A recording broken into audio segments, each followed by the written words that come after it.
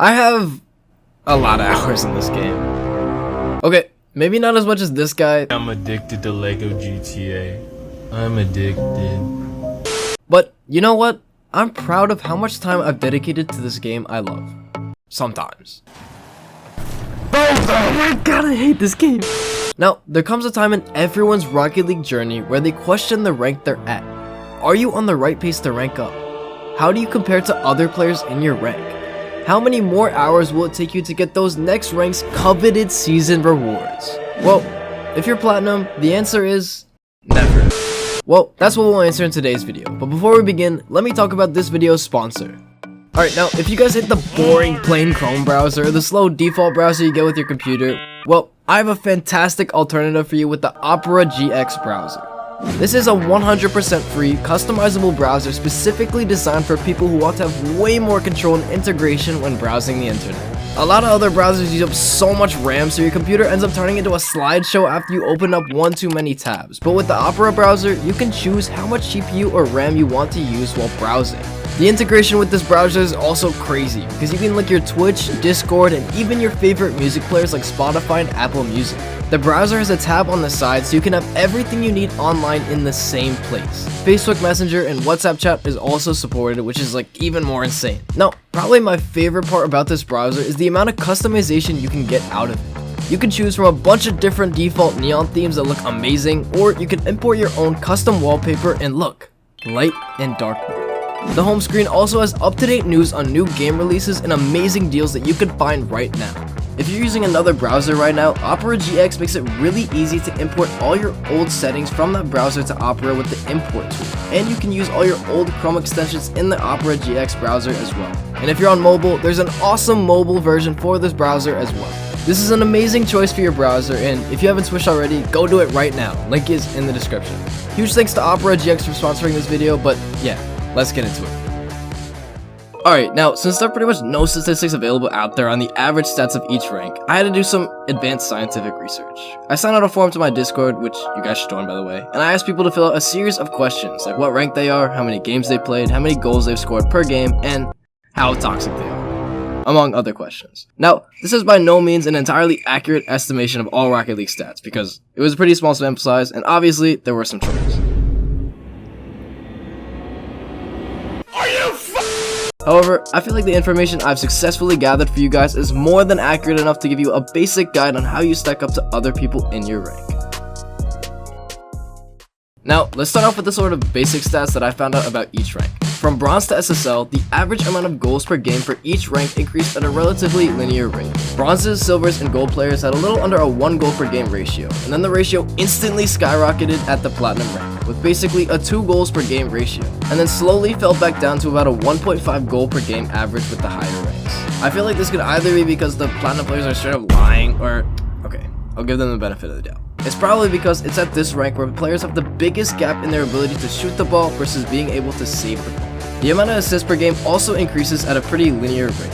As you reach higher ranks, you sort of start to realize that duos and trios are actually a team game, and players' ability to read the play and play off their teammates gradually increases. It becomes a lot harder to straight up score by yourself, so in a lot of situations, you're gonna have to rely on your teammates more and more as you rank up, which makes it really frustrating when your teammates just straight up garbage. Saves per game also increase at a steady rate as you go up the ranks, which kinda makes sense. In these lower ranks, people are just not gonna have the abilities or consistency to save balls going above like 60 kilometers towards the net. But towards the higher ranks, it becomes almost impossible to score on a higher ranked player unless your shot is placed perfectly, because these higher ranked players have spent so much time practicing the tons of different scenarios where they have to save a shot.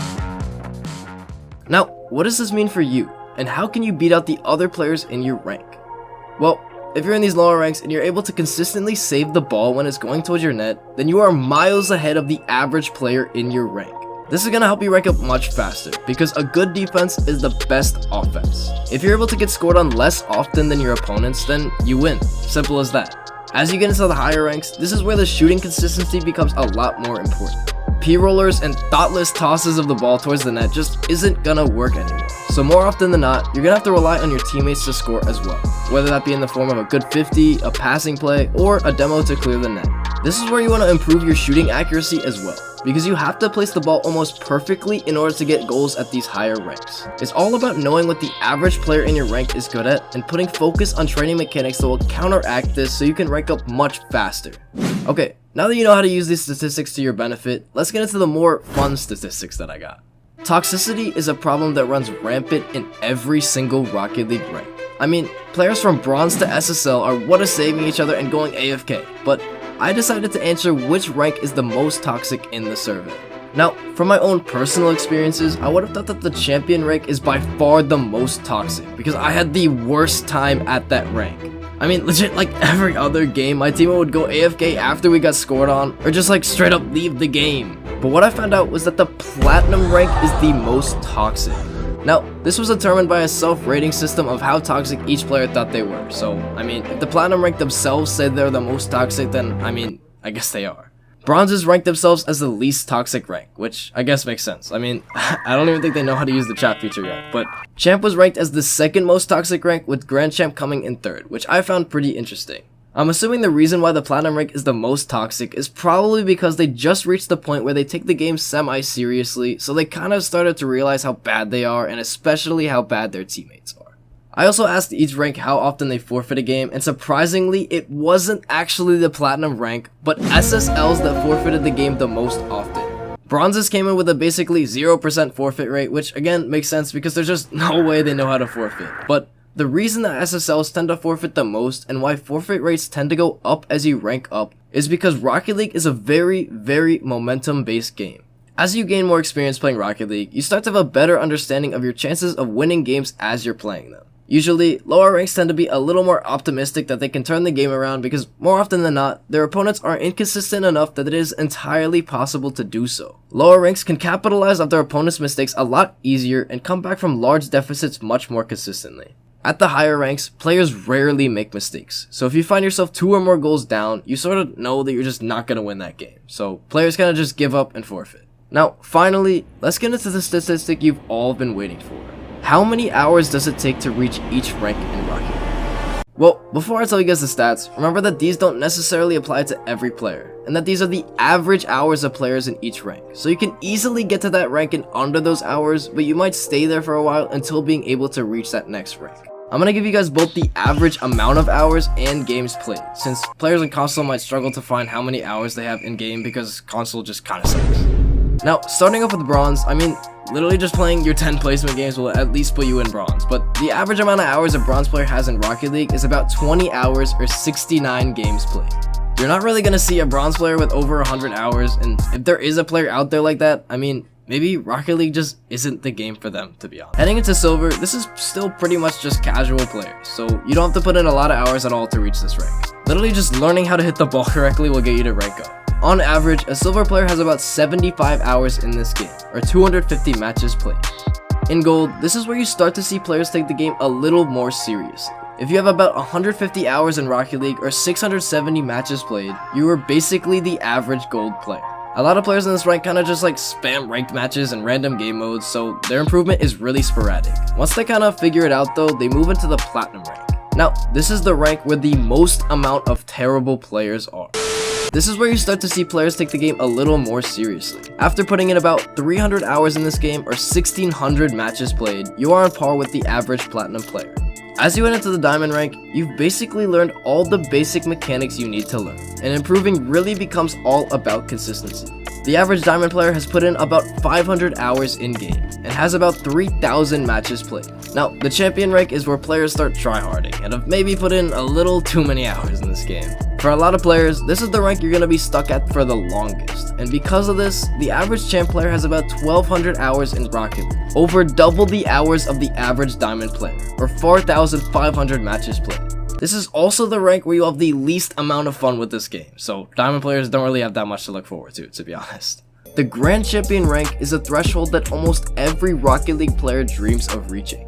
The former highest rank in the game. This is the rank where players have really sunk in a lot of time into the game and have pretty much learned every single basic mechanic out there. The average Grand Champion player has about 2,100 hours in this game, or 6,500 matches played.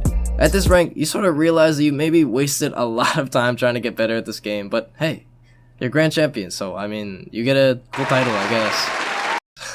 Alright, now SSL, the highest rank in the game.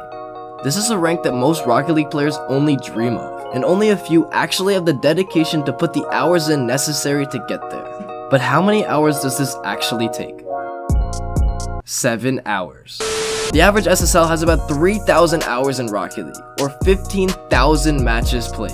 This is actually an absurd amount, considering that the average SSL has 10 times the hours of a Platinum player. Basically, the biggest conclusion you can make here is that improvement in ranking up in Rocket League is exponential, so it's going to take you about twice as long to get to the next rank as you did the previous rank on average. This can either be encouraging or discouraging for a lot of Rocket League players, but in my opinion, it really just makes sense. After you learn all the basic mechanics that can improve your gameplay almost instantly, like half flips, fast aerials, and speed flips, it really just comes down to grinding out consistency. It also makes ranking up a lot more rewarding and satisfying, because it really feels like you're working up to something worth achieving. Or maybe I'm just coping because I spent way too much time on this game.